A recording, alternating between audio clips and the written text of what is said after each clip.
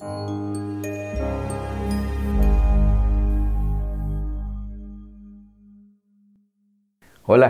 bienvenido de nuevo, soy el Pastor Caballero, feliz que estés con nosotros, acercándote más a Dios y manteniendo la expectativa de un galardón.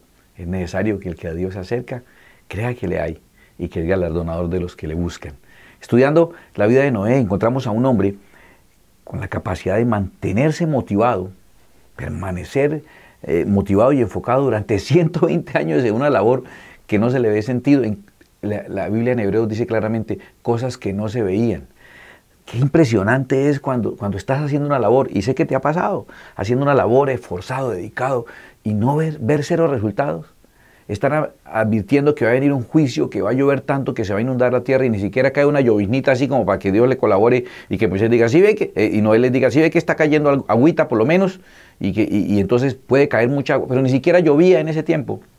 Y él está anunciando una inundación por lluvias. No, anunciar cosas que no se veían, avanzar en cosas que no se ven, construir durante 120 años, trabajar en esa madera de gofer, que posiblemente eran cipreses, dicen algunos, y construir con herramientas básicas, sin la tecnología, sin el desarrollo, sin los recursos, sin los elementos y herramientas. 120 años, impresionante, impresionante. Y encontramos a Noé enfocado en preparar esa arca para la salvación de su familia primeramente. Predicando a todos, pero enfocado en su familia primeramente, priorizando, entender que hay una casa, que hay unos cercanos a los cuales hay que dar testimonio. Y también les hablé acerca de que es muy frecuente encontrar esta historia que está planteada en el Antiguo Testamento. Por un lado, Noé, por otro lado, Lot. Está también inclusive replicada y confirmada después en el Nuevo Testamento, en 2 de Pedro, cuando nos habla en el versículo 5 acerca de Noé, en el versículo 6 nos habla de Lot. 2 de Pedro capítulo 2, versículo 5 nos habla de Noé y el versículo 6 nos habla de Lot. De nuevo ese mismo contraste en el Nuevo Testamento replicado. Y fuera de eso manifiesto en las predicaciones del Señor Jesús. Y esas tres cosas, mostrado en el Antiguo Testamento, confirmado en el Nuevo, manifiesto en la persona de Cristo, nos está dando principios espirituales. Jesús también hizo ese contraste. Él se ocupa ahí en el capítulo 17 del Evangelio según San Lucas, de hacer ese contraste, y lo dice de esta manera. Dice, mira que la estructura de la parte superior, hasta aquí, hasta el punto, se repite casi el párrafo. El párrafo es casi la misma estructura repetida con dos temas distintos. La parte superior de Noé y la parte inferior de Lot, pero es la misma estructura. Fíjate bien, dice, como fue en los días de Noé, así también serán los días del Hijo del Hombre. Comían, bebían, se casaban y se daban en casamiento, hasta el día en que entró Noé en el arca. Y vino el diluvio y los destruyó a todos. Siguiente segmento. Asimismo, como sucedió en los días de Lot, comían, bebían, compraban, vendían, plantaban, edificaban. Mas el día en que Lot salió de Sodoma, llovió del cielo fuego y azufre y los destruyó a todos. Así será el día en que el Hijo del Hombre se manifieste. Entonces encuentro una historia planteada, un contraste planteado en el Antiguo Testamento, un contraste confirmado en el Nuevo Testamento y manifiesto en las enseñanzas de Cristo Jesús. ¿Qué dice ese contraste? Algo sobre los últimos días, algo sobre los días en que se ha de manifestar el Señor. Nos está advirtiendo que ocurrirá algo curioso, que habrán esas dos tendencias notorias y manifiestas, entre el contraste entre el que le llovió agua y el que le llovió candela. Ese contraste entre Noé y Lot. ¿Te acuerdas lo que estudiamos de Noé? Tenlo en tu mente y revisemos un poquitico la historia de Lot. La historia de Lot está ahí en Génesis capítulo 19. El sobrino de Abraham. ¿Recuerdas que cuando tuvieron problemas con los ganados y los trabajadores de Lot, con los de su tío Abraham? Tuvieron problemas, entonces tuvieron que separarse y el tío le dio la opción de que escogiera y él escogió lo mejor. Vea, le dio ahí por la cabeza al tío. Lo ha apoyado, lo sacó, ha sido casi un papá y a la hora de escoger pensó en él y escogió lo mejor para él. Abraham escogió la montañita llena de piedra y difícil, pero sabía que tenía a su favor a Dios, que eso es lo que uno realmente necesita.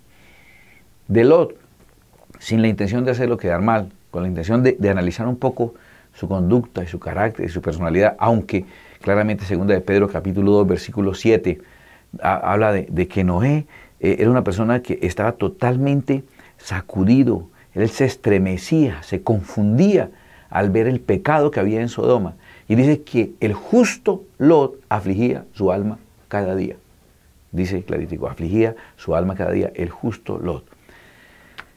Sin embargo, en lo personal, no sé si tú ves a Lot construyendo algo, preparando algo para la salvación de su familia, ¿lo ves?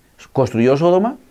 Él no construyó Sodoma. La Escritura dice que él fue corriendo las tiendas hasta llegar, sus carpas, fue corriendo hasta que llegó a Sodoma. Yo no lo veo a él construyendo, edificando. ¿Cuántas veces lo ves construyendo altares, por ejemplo, para Dios? No lo veo construyendo nada. Yo no veo a este hombre preparando su vida de tal manera que los suyos, que los que Dios le encargue, sean para salvación. Ni siquiera escogiéndole una buena madre a sus hijos, que es algo que hace un joven y que debes hacer tú si estás soltero. Debes escoger no solamente la persona que te gusta a ti, que tiene los rasgos que te gusta, que tiene la actitud que te gusta. Espera, estás escogiendo el papá de tus hijos o la mamá de tus hijos, pensando en la salvación futura de tus hijos. Escoge la persona adecuada también. Y a veces habrá que sacrificar algunas cosas que son tu expectativa física exterior por cosas de valor espiritual, pensando en el futuro, preparando. ¿Dónde escoge Lot la esposa? La narración hace ver que Lot llega hasta Sodoma soltero. Entonces, ¿de dónde era la esposa? ¿De Sodoma? ¿Y cómo era la gente de Sodoma? Y esta señora era de Sodoma al 100%. La prueba es que después, cuando van saliendo, ella no es capaz de sacar a Sodoma de su corazón. Y aunque Dios está sacando a la esposa de Lot de Sodoma, no ha sacado a Sodoma del corazón de la esposa de Lot. Recuerdan que ella voltea a mirar y termina convertida en estatua de sal. ¿Por qué queda convertida? Su corazón estaba ahí. ¿Qué clase de persona escogió? ¿Qué clase de educación le dio a las hijas esta señora? Porque las niñas también tienen pues su comportamiento. Y no vamos aquí a estar chismoseando de nadie, pero esas niñas, ay Dios santo, y la mamá, ¿qué clase de educación les dio? Y es la mamá que le escogió Lot.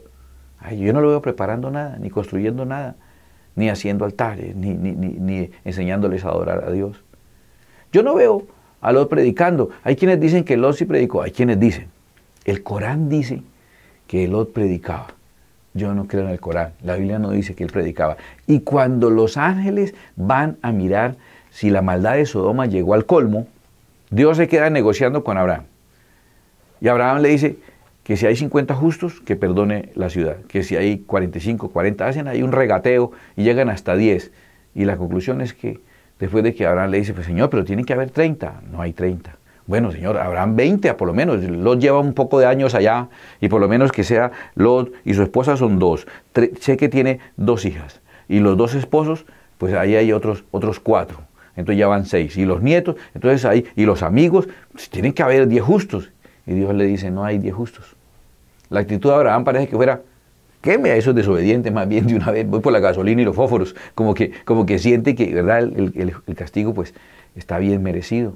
Yo no veo a un Lot predicando, ni siquiera predicándole a su familia. Y en la conducta de su esposa y en la conducta de sus hijas, no veo a un hombre predicando. No veo a un hombre proclamando.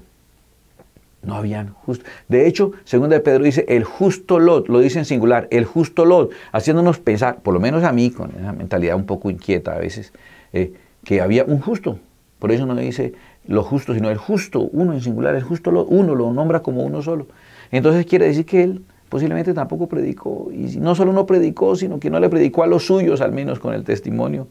La conducta de su esposa, la conducta de sus hijas, cuando salen de Sodoma porque viene el juicio, estas preciosas hijas terminan embriagando al papá y cometiendo incesto, violando al papá y embarazándose del papá, del que vienen naciones que fueron después un problema grande para el pueblo de Dios.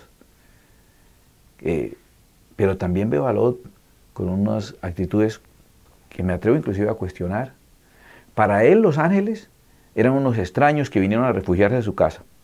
Y cuando él los escondió en su casa, entonces vinieron todos esos de Sodoma que querían abusar, que querían tener relaciones sexuales homosexuales con esos, imagínense, esos ángeles, pues divinos, los angelitos, imagínense. Entonces todos esos llegaron ahí con sus banderas de colores y con sus desfiles y su cosa a tocarle allá a Noé, a Lot, para que le abriera y sacara esos angelitos. Dice que vengan, que no es para eso, invitándolos a que salieran. ¿Y sabes qué hace Lot? Lot les dice, mire, tengo 2 hijas doncellas. No sé qué tan doncellas serían las hijas allá en Sodoma, pero no me incumbe, dejémoslas quietas. Y él dice, por un par de extraños, ¿está dispuesto a entregarle a esos pervertidos para que hagan lo que quiera con sus 2 hijas? ¿Cómo sería eso en el corazón de las hijas? Nuestro Padre nos iba a entregar a posible abuso, incluso maltrato y muerte, para defender a dos extraños que llegaron hace unas horas a la casa. Hay problemas ahí. Dice que la esposa de Lot, que iba detrás de Lot, miró hacia atrás y se convirtió en estatua de sal. ¿Y por qué iba detrás? ¿Será que si hay un incendio, no saca a la familia adelante y se queda uno atrás de todos asegurándose que todos son salvos? Había problemas de prioridad en la vida de este hombre. Hay un contraste que vale la pena revisar. Noé la tenía clara. Ambos llamados justos. Ambos personas llamadas por Dios y con una relación con Dios. Noé tenía muy claro que había que preparar, que había que predicar y que había que priorizar. Lot descuidó eso. Y tal vez la reflexión hasta este momento es: ¿qué clase de día estamos teniendo? Estas dos tendencias se manifestarán en los tiempos finales cuando el día del Señor se acerque. Por eso tal vez valdría la pena pensar qué espíritu me está moviendo a mí. Me está moviendo a mí el espíritu que había en Lot por avanzar, por lograr, por estar donde está la acción, donde está la zona rosa, donde están los negocios, por moverme en el Wall Street de la época, por estar donde están ocurriendo las cosas, por acercarme a ese progreso y asegurarle el futuro a mi familia. ¿No será que lo que hizo fue que arruinó el futuro de su familia? ¿Y no estaremos haciendo un poquito nosotros el mismo error? Pensando en asegurar el futuro social y material intelectual de nuestra familia y descuidando preparar para ellos un arca de salvación. Aparte de eso, predicarles a ellos con nuestro ejemplo y priorizarlos a ellos en nuestro afán de que conozcan a Cristo como su Señor y Salvador. De nuevo, clamemos al Señor por nuestra familia. Padre que estás en el cielo, te pido que nos ayudes a estar realmente dedicados a la labor de preparar, predicar, pero priorizando. Yo quiero que salves a la última persona que está en Nueva Zelanda, en Ceuta, África, en Filipinas. Pero no sé si cuando llegue a tu presencia me preguntarás por ellos. Sin embargo, sé que las dos primeras preguntas que se hacen en la Biblia a los humanos es cuando tú le preguntaste a Adán dónde estás y luego cuando le preguntaste a Caín dónde está tu hermano. Y sospecho que esas van a ser las últimas dos preguntas del examen final. Y cuando estemos en el juicio nos preguntarás dónde estás tú. Y yo tengo que decir: el que está en Cristo, nueva criatura es. Estoy en Cristo. Y luego me preguntarás dónde está tu hermano, dónde está tu núcleo, dónde están tus cercanos, dónde está tu prójimo, que significa próximo. Ayúdanos, Señor, a preparar, a predicar y a priorizar.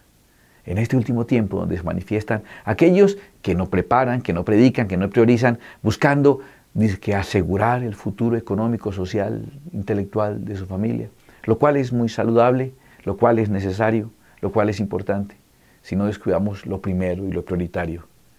¿Qué ganamos? Formar hijos que sean exitosos en lo material, si sus almas se van a perder. ¿Qué ganamos tener hogares posicionados socialmente, si sus almas están perdidas? Ten misericordia de nuestras familias, te lo ruego en el nombre de Jesús. Gracias por estar en esta clase. Si quieres verla en un solo bloque, puedes acudir a la lista de reproducción y allí tomar la clase en un solo bloque. Suscríbete a nuestro canal, sigamos estudiando juntos, sigamos acercándonos a Dios y sigamos siendo galardonados por ese Dios tan generoso. Dios te bendiga. Soy el Pastor Caballero.